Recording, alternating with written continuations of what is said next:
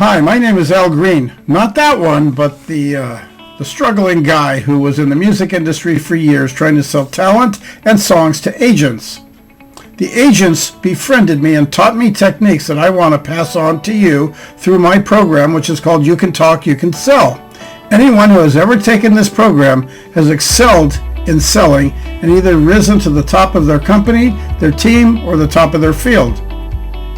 It's called You Can Talk, You Can Sell, and you can get it right here.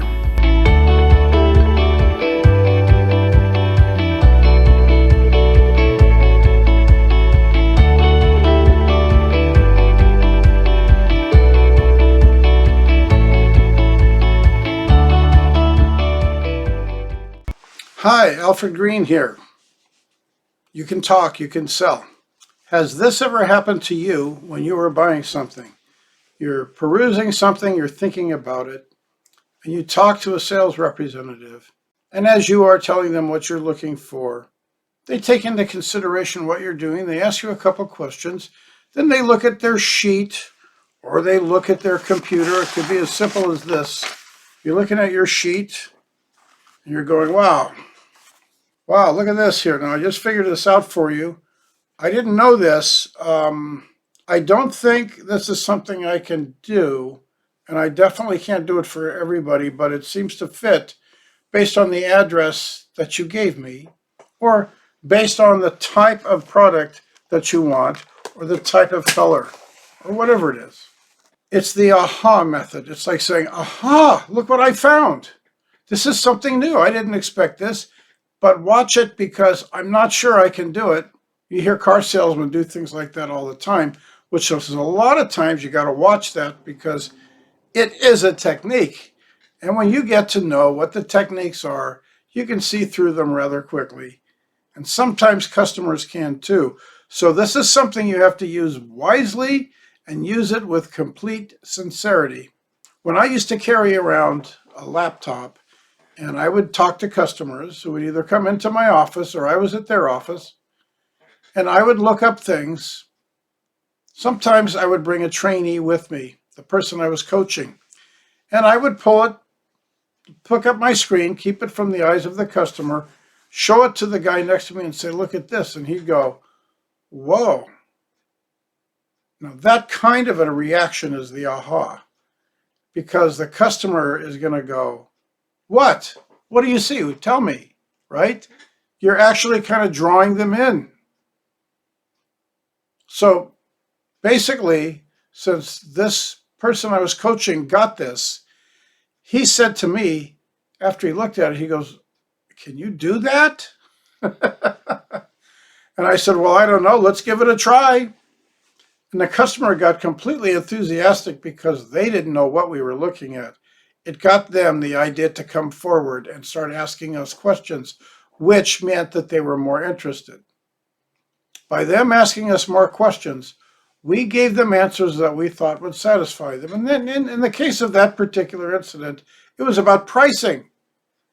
I've got a price here that for some reason is showing up based on your zip code. Unfortunately, it's weird because I tried the same item yesterday in a different zip code and I didn't get this good of a price. Let me show you. Then I would take the computer screen and I would turn it around and I would show them and say, how does that look to you? And the customer would go, well, I guess that's not bad. Can you do any better? Or something like that. And I'd go, you know what? It never hurts to ask. Okay, but hold on a second here, because the whole idea of the aha method is I'm introducing a surprise that will benefit the customer. A lot of times it was price. Sometimes it would be like, for example, when I was doing insurance, it would be training people to say there's extra insurances that they can add as riders. For example, in businesses, you might not be aware that they can buy what's called cyber security insurance, where they're insuring against a data breach. That's something that can often be added. Not every company will honor it. Depends on who you're dealing with, and you have to know your product. But again, it depends on what you're selling. If you're selling real estate, the aha is often things that show up that are not expected. Look at this. It's 1,000 more square feet to the backyard than I even told you about. Didn't know that. I just got the report today. Or the rate has gone down to under 3% or whatever. Or you do qualify. The only thing is I need to do some paperwork, but if I can get you this paperwork, I just found out something really interesting. If I can get you this paperwork and you can get it back to me today, I can get you financed in the next 48 hours. In other words, there's something in it for the customer because everybody is walking around thinking, what's in it for me? And not everything is going to be detailed like you say. You know how it is when you go in to see something and all of a sudden it's not exactly what you thought it was going to be. You go to buy a car and they say it's X amount of dollars is a sticker. And then you go to buy it and they've got a different price on it because the sticker is only a recommended price. Okay, that's where the salespeople who sell cars at car lots could work things differently if they wanted to. They have their own little games that they play. And I don't mean that in a negative way. I'm just saying that we all do things in fun ways. I know for me, we always looked for a way to enjoy what we were doing, especially when it comes to customers. And it's not about manipulation. It's about finesse. If my customer finds out that I discovered something that they could not get from any other salesperson, and they might say to me, well, can I go to your competitor and get that? I'll say, yeah, if you want to give it a try, go ahead. But I've got other customers. I've got other customers in your zip code. Now, if I go to them and make the same offer, they might want this also.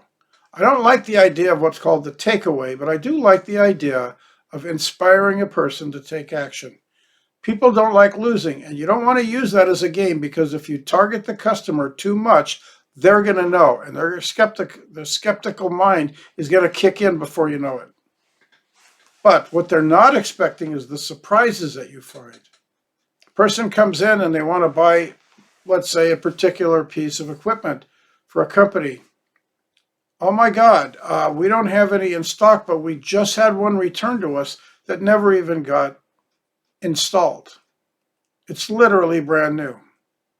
And the company has already paid for the shipping. So we can save you money on the shipping, whatever. Didn't even know it was there. Just found it this morning in my inventory, whatever. You can come up with creative ideas that think outside the box, but the aha method is always the surprise. And it's not that you're holding it back so that you can use it as a surprise later. That's kind of underhanded. What you want to do is you want to keep it up and up on the honest basis of, oh my God, look what I found.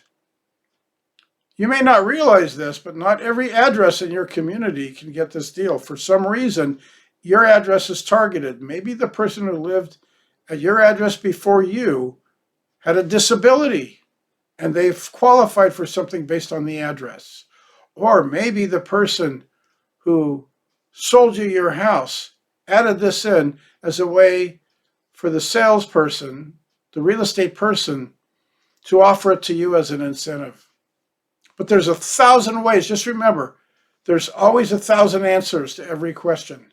So when you're coming up with your creative mind, and you can think of a lot of different ways to surprise the person using the aha method, go ahead and do it because you will close more sales.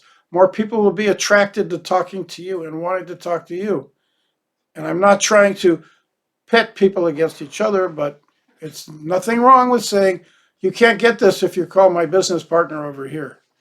My boss has approved this only for me.